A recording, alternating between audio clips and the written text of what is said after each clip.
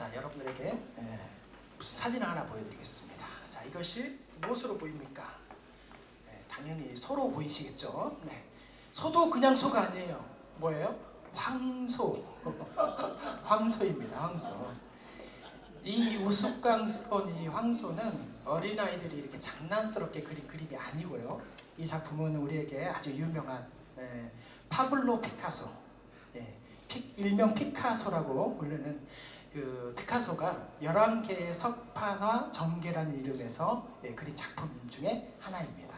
그러니까 11개의 작품이 있다는 것이죠. 이 우스꽝스러운 이 그림, 이 판화인데, 판화가 뭐죠? 이렇게 그림을 그려서 찍은 거잖아요. 이제 판화가 이 피카소가 황소를 그리는 이 11개의 작품 중에 이게 첫 번째로 그린 작품이 아니고 맨 마지막 그림이에요. 그러니까 11개 중에 황소를 그리고 다 11번째 마지막으로 그린 그림이 자, 이 그림인 거죠. 마지막으로 그렸는데 이렇게 그렸다는 거예요. 정말 놀랍지 않습니까? 나도 그리겠다 뭐 이러시겠잖아요. 이 그림 11개 마지막 이 그림 11개 근데 이 10개 작품을 보시면 아, 역시 피카소구나 라고 생각이 되실 거예요. 자, 그림을 한번 보여드리겠습니다. 자, 첫 번째 그림이 자, 이런 거예요. 아, 역시 그렇죠? 네, 내가 그릴 수 있는 그림은 아니었어 이런 거죠. 자, 두 번째 그림도 그렇습니다. 네, 세 번째 그림입니다. 이제 네 번째 그림인데 이 피카소는 이 표현주의 화가에서 이제 더 깊이 들어가서 입체파라고 해서 좀 더 형상을 입체적으로 어떻게 하면 이런 표현을 할 수 있을까 하는 입체파의 화가거든요. 그 다음에 다섯 번째, 이렇고 여섯 번째, 점점 이상해져요. 일곱 번째, 그리고 여덟 번째, 아홉 번째까지는 이해가 되겠는데 10번째부터 완전히 달라져요. 자, 그리고 아까 그렸던 11번째 그림이 나오는 거죠. 자, 그것이 이제 전체적으로 이런 한 번 더 보여주시면 자, 이런 변천이 이렇게 있습니다. 네. 피카소가 이런 연작, 황소를 통해서 황소 이미지를 이렇게 시각적으로 분해를 해서 황소의 형태를 점진적으로 이렇게 분석함으로 인해서 이것을 보면서 말해주고 싶은 건 본질이 무엇인가?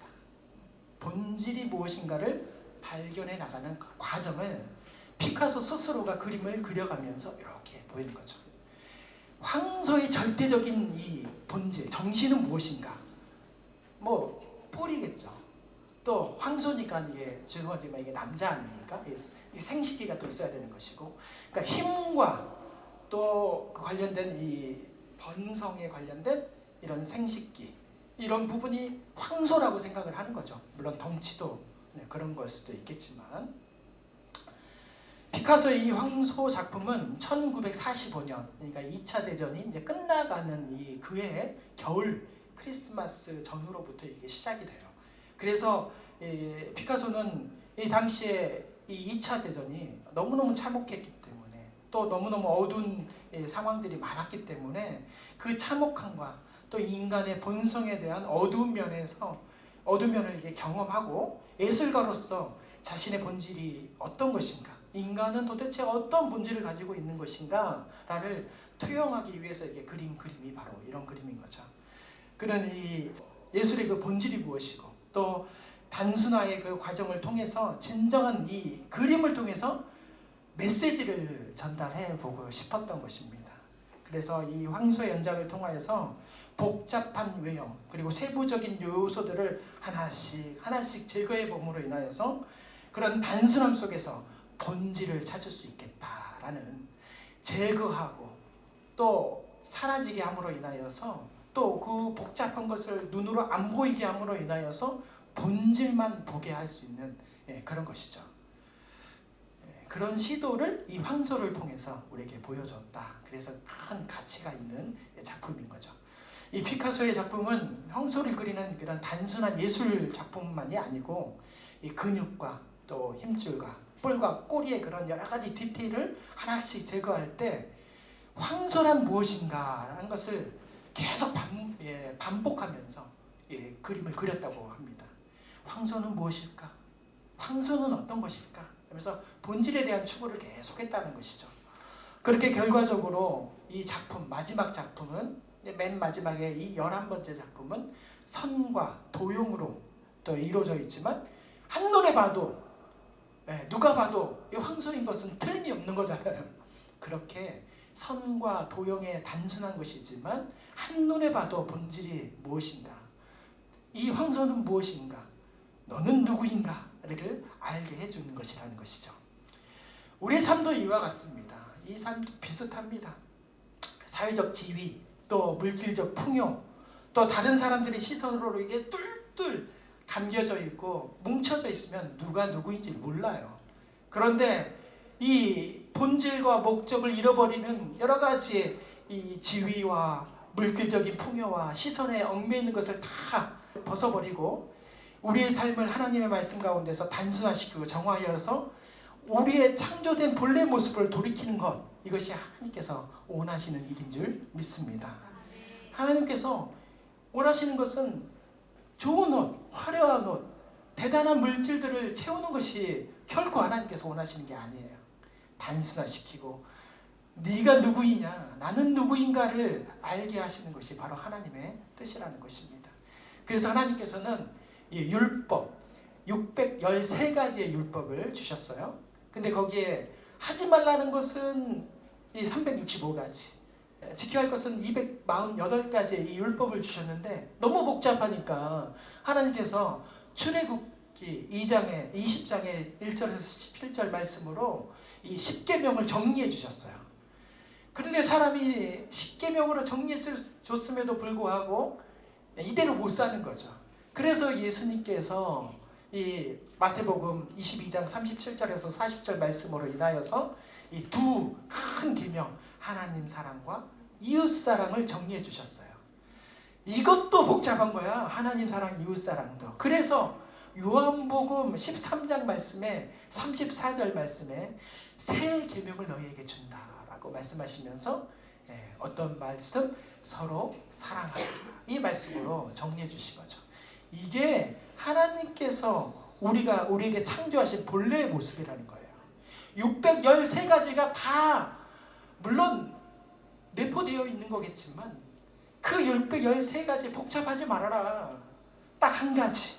서로 사랑하라. 이런 말씀인 것입니다. 우리 옆 사람과 한번 인사해 봅시다. 서로 사랑합시다. 서로 사랑합시다. 네. 너나 사랑해라. 그렇게 가지고 내가 이렇게 하면은 당연히 나는 사랑하고 사랑합시다 라고 하는 거예요. 네, 당신만 사랑해요. 이런 말이 아니에요. 네. 오늘 우리에게 주신 아브라함의 이야기를 통하여서 우리 본질의 회복의 과정을 함께 보려고 합니다. 본질을 어떻게 회복해야 될 것인가. 아브라함도 하나님의 약속의 말씀을 받기 전에 이 복잡한 인생을 살았어요. 아버지의 데라 아버지와 함께 살면서 갈대아우르 이 우상이 한 개겠습니까? 2개겠어요? 10개겠어요? 뭐 정확하게는 모르겠지만 일본은 2만 가지가 넘는 데잖아요. 2만 가지인가 20만 가지인가 모르겠지만 모든 게 다 신이고 우상이라는 거잖아요.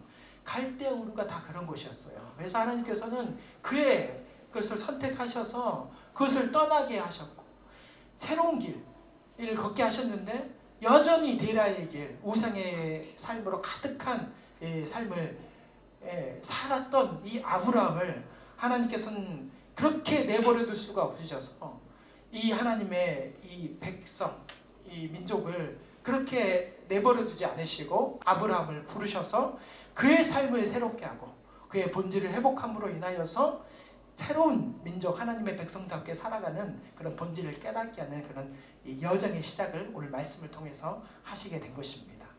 우리에게도 이렇게 새롭게 시작하기 위해서는 아브라함처럼 이 본질, 우리의 본질이 무엇인가를 회복해야 하는 여정이 필요한 것입니다. 저와 함께 그런 짧은 시간이지만 그런 여정을 함께 떠나보려고 합니다. 네. 몸을 잘 갖추셔서 말씀 한 무절 한 무절이 한 걸음 한 걸음이다 생각하시면서 함께 귀한 여정을 걸어가시길 바랍니다. 우리도 세상에게 죄와 욕심으로 눈먼 사람처럼 복잡한 인생을 살아가는 우리에게 하나님께서는 이 아브라함 말씀을 통하여서 오직 말씀과 믿음과 순종의 삶으로 본질을 회복하기를 원하고 계십니다. 특별히 하나님은 아브라함에게 아주 특별한 약속을 주셨는데요. 복을 주셨습니다. 자, 그 말씀이 본문 2절 말씀에 나옵니다. 우리 같이 한번 읽어보겠습니다. 내가 너로 큰 민족을 이루고 내게 복을 주어 내 이름을 창대하게 하리니 너는 복이 될지라. 아멘. 너는 복이 될지라. 얼마나 귀한 말씀이에요. 그렇죠? 누구나 다 새해 받고 싶은 말씀이에요. 그런데 그 말씀을 제가 받았잖아요. 이 뭐예요? 너는 복이 될지라. 우리가 새해에 저에게 주신 하나님의 말씀이었어요. 네. 여러분들에게도 주시는 말씀이에요. 할 필요가 없으세요. 딱 많은 것 가운데 딱 뽑았는데 너는 내게 복이 될지라 딱 이렇게 뽑았어요. 저는 이 말씀을 이렇게 받는 순간 저에게 복을 달라라고 얘기를 하는 것도 있을 수 있겠지만 그것보다도 이 별빛교회를 통하여서 하나님 이 별빛교회에 복을 주시고 또 그 복의 근원이 시작이 될 수 있는 제 발걸음 한 걸음을 잘 인도해 주시고 그래야서 이 복이 모두에게 충만해질 수 있도록 하나님께서 그런 날들이 되게 해주십시오. 또 그런 목사로 세워주십시오 라고 제가 사실 그렇게 기도했습니다. 아무튼 저는 복이 될지라라는 말씀을 받았어요. 여러분들에게도 그런 복이 될지라라는 말씀이 1년 또 평생에 있기를 소망합니다. 자, 아브라함이 하나님께서 주신 이 너는 복이 될지라는 이 말씀을 이루기 위해서 이 아브라함이 어떻게 살았는지 우리가 봐야 될 거 아니겠습니까?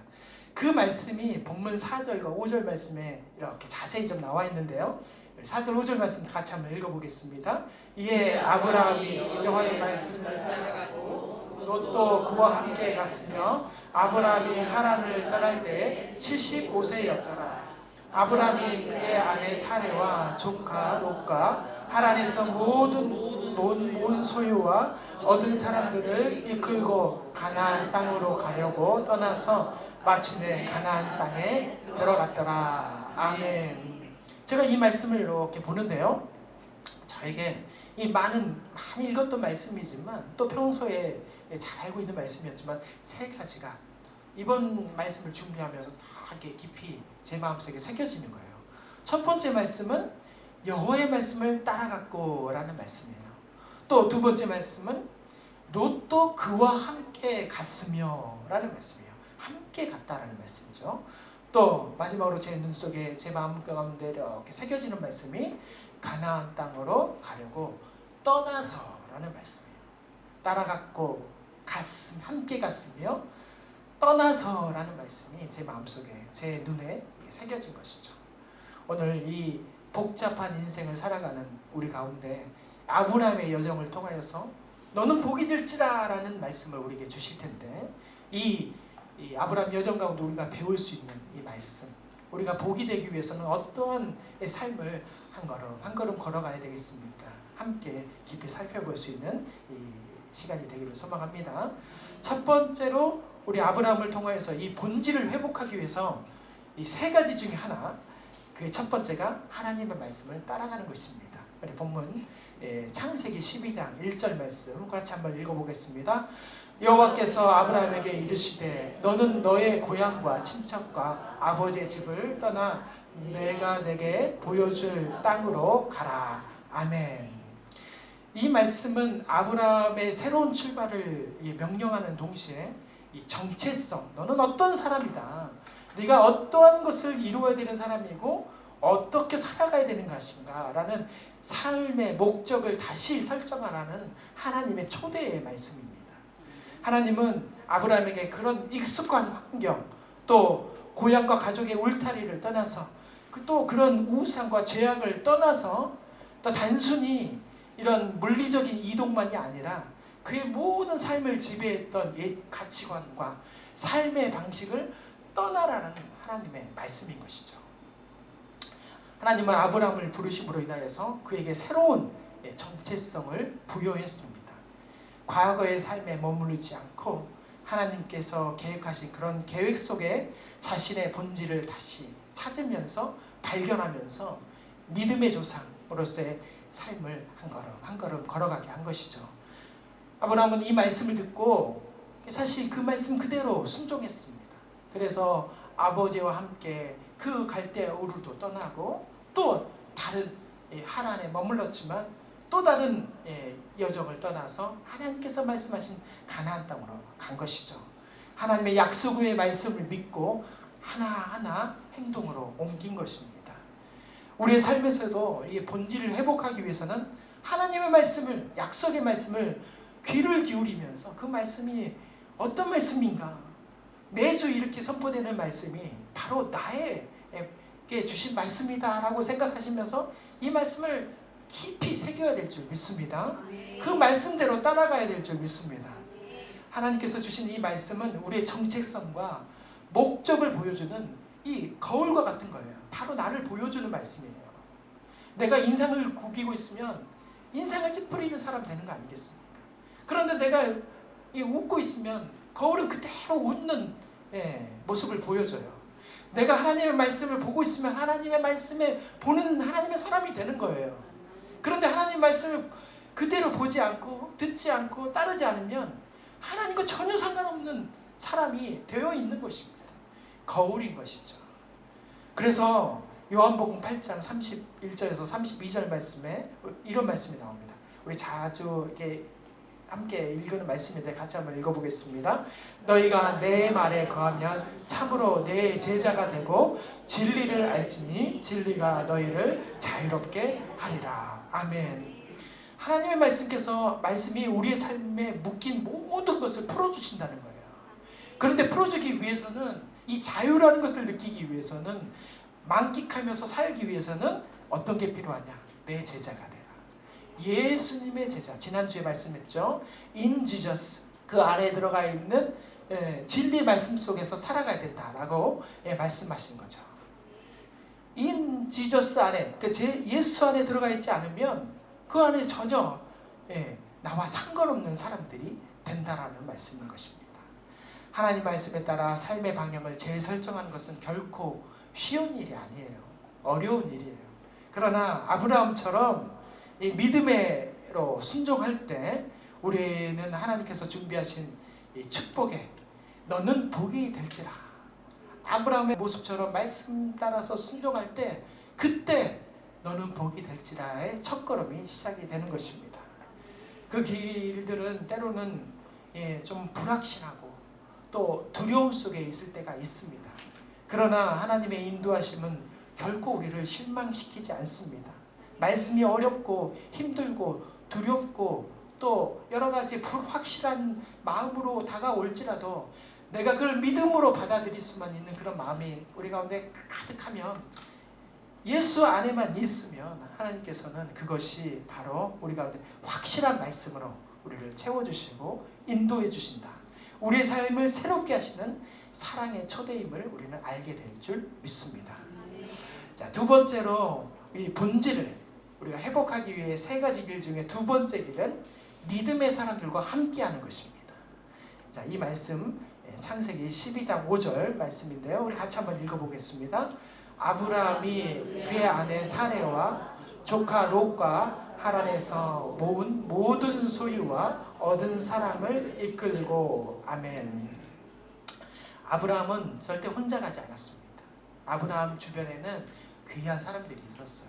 믿음의 동반자인 아내도 있었고요.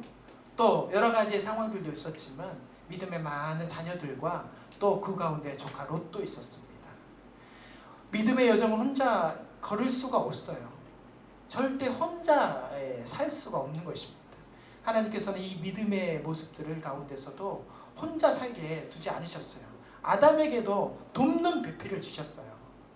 아담에게도 그 돕는 배필 하와라고 하는 그 사람을 주신 것처럼 여러분 주변에 가까이 있는 그 사람이 바로 왼수가 아니고요, 원수가 아니고 동반자입니다.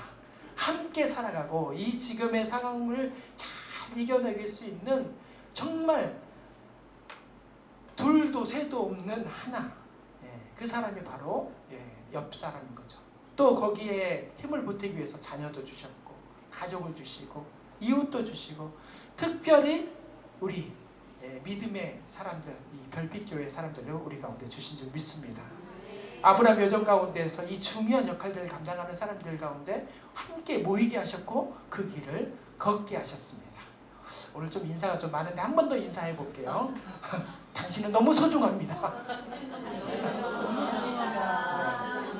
좀 다른 사람하고 하세요. 앞 사람하고 똑같은 사람하고 하지 말고. 당신은 너무 소중합니다. 왜냐하면 이 길을 같이 걷고 있기 때문이에요. 이 자리가 사실 쉬운 자리가 아니잖아요.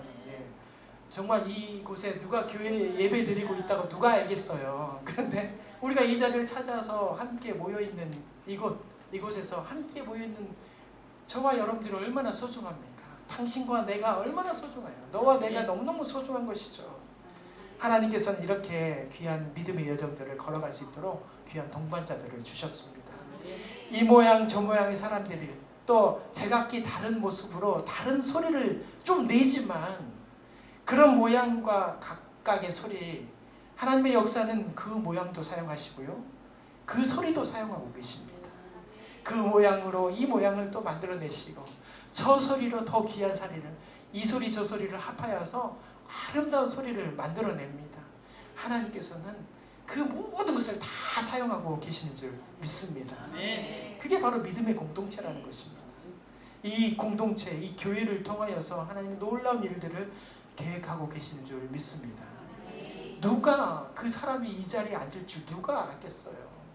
우리가 이 가운데서 믿음으로 기도하면서 이 카페를 만들고 또 예배 자리를 만드니 그 사람이 이 자리에 나와서 이 십자가도 보고 또 이 주보도 보고 말씀도 보면서 이것이 예배하는 곳이구나 라는 것을 고백하게 되는 것이죠.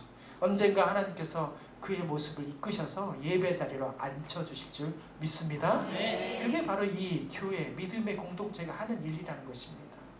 이 공동체를 통하여서 하나님께서는 그 어려운 순간에도 이길 수 있도록 붙들어 주시고 함께하여 주시는 줄 믿습니다.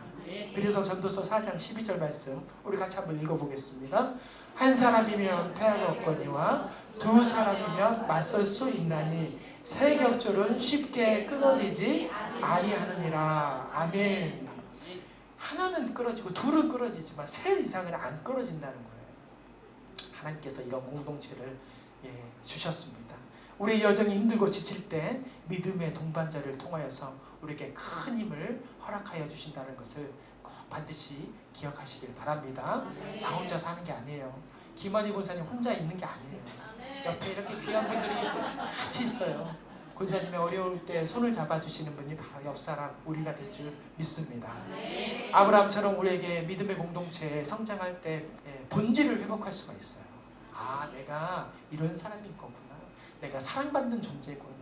내가 꼭 필요한 사람이구나. 그런 본질을 깨닫게 해주는 거죠. 혼자만의 신앙에 한계가 있을 수 있지만 함께할 때는 그 한계가 없는 거예요. 하나님께서는 충만한 것을 우리를 채워주시기 때문입니다. 또 강할 수가 있어요. 우리가 약하지만 하나님은 강하신 분이시기 때문입니다.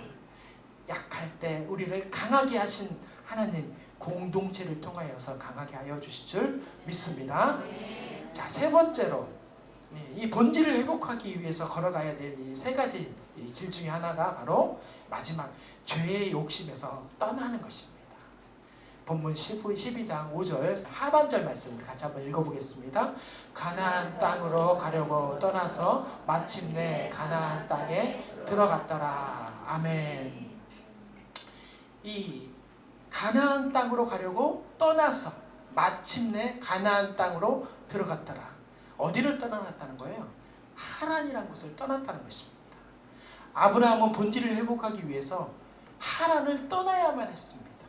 그게 하나님께서 그 본질, 이 아브라함을 세우기 위한 것이죠. 하란에 머물러 버리면 안 되는 것입니다. 하란은 그 뜻이 교차로라는 뜻이에요. 이 교차로라는 것은 어떤 거예요? 여기도 사실 교차로니까 번성하고 사람들이 많이 다니잖아요. 교차로는 사람들이 많은 곳이에요. 그래서 뭐가 풍성하고 또 여러 가지 가운데서 경제적으로나 모든 것들이 많이 있는 곳입니다. 제가 시골에 살 때, 어렸을 때 시골에 살았죠. 나주 금천면 오강리라 그랬잖아요. 요강이 아니고 5개의 아름다운 왕이 모여서 오강인 거예요.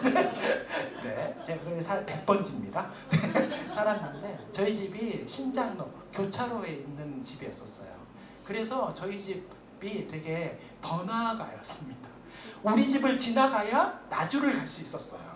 네, 봉황면 쪽에서 나오려 그러면 그럴 수밖에 없었습니다. 그런데 사실 거기가 좋다가 저희 아버지는 안 떠나시더라고요. 근데 믿음으로 저희 어머니가 그 자리를 떠나니까, 만약에 저는 오강리 사람이 계속 됐을 텐데 믿음으로 떠나니까 서울 사람이 되고 이 마곡 땅에 이렇게 중심에 서 있는 것입니다. 믿음으로 떠날 때 놀라운 역사와 기적이 일어난 것이죠. 하나는 그렇게 물질적인 번영과 안락함을 제공했지만 아브라함에게는 더 이상 하나님의 계획을 이뤄낼 장소가 아니었습니다. 그래서 하나님께서는 그를 새로운 땅으로 인도하셔서 그런 아브라함의 본질을 회복하게 하기를 원하셨습니다. 아무리 화려하고 풍요로워도 하나님의 뜻이 이루어지지 않는 곳은 우리는 떠나야 되는 것입니다. 아무리 그곳이 좋고 행복하고 인간적으로 좋아 보여도 하나님의 말씀이 없는 곳이면 우리는 떠나야 되는 것이죠. 그럴 때 역사가 일어나는 것입니다. 내 주변을 살펴봐야 되는 거예요. 이런 말씀을 들을 때는 내 자리가 어떤 자리인가? 지금 내가 좋아하고 내가 함께하고 있는 곳이 어떤 곳인가? 이 머릿속에 생각을 해야 되는 거예요. 그 마음속에 다시 한번 다짐해야 돼요. 내가 거기를 떠나야 되겠구나. 그것이 하나님이었구나. 나를 잡는 곳이었구나. 나를 더 자유롭게, 나를 좀 더 하나님 앞에 정말 창조적인 귀한 일들을 할 수 있는 곳이 아니구나. 그러면 떠나야 되는 것이죠. 하나님 그런 곳이었기 때문에 아브라함은 그곳을 떠나서 가나안 땅으로 나아갔던 것입니다. 하나님 떠난다는 것은 단순히 이 지리적으로 이동한다는 것이 아니라 물질적인 안정과 세속적인 유혹 가운데서 모든 것을 내려놓고 하나님의 약속을 붙들고 나아간다는 영적인 결단인 것입니다. 우리 가운데 그런 영적인 결단이 있어야만이 우리 가운데 새로운 일들이 일어나는 것입니다. 그 새로운 일들이 일어난 것뿐만 아니라 나의 어떤 인생의 본질을 찾은 그 길에 가장 중요한 것이에요. 제가 이 말씀 3가지를 한번 생각을 좀 해봤는데, 하나님 말씀 가운데 따라가는 삶, 또 믿음의 형제들과 함께하는 것, 다 있을 수 있어요. 근데 그 마지막 떠나는 게 없으면, 죄악 가운데 떠나는 게 없으면 다 필요가 없는 거예요. 다 소용이 없어요. 우리 인생이 그렇습니다. 믿음, 소망, 사랑 3가지가 있다고. 근데 그 중요 가운데 하나님께서 말씀하신 이 고린도전서 13장 마지막 말씀에 믿음, 소망, 사랑 항상 있을 것이다 라고 얘기해요. 믿음, 소망만 있지 않아요.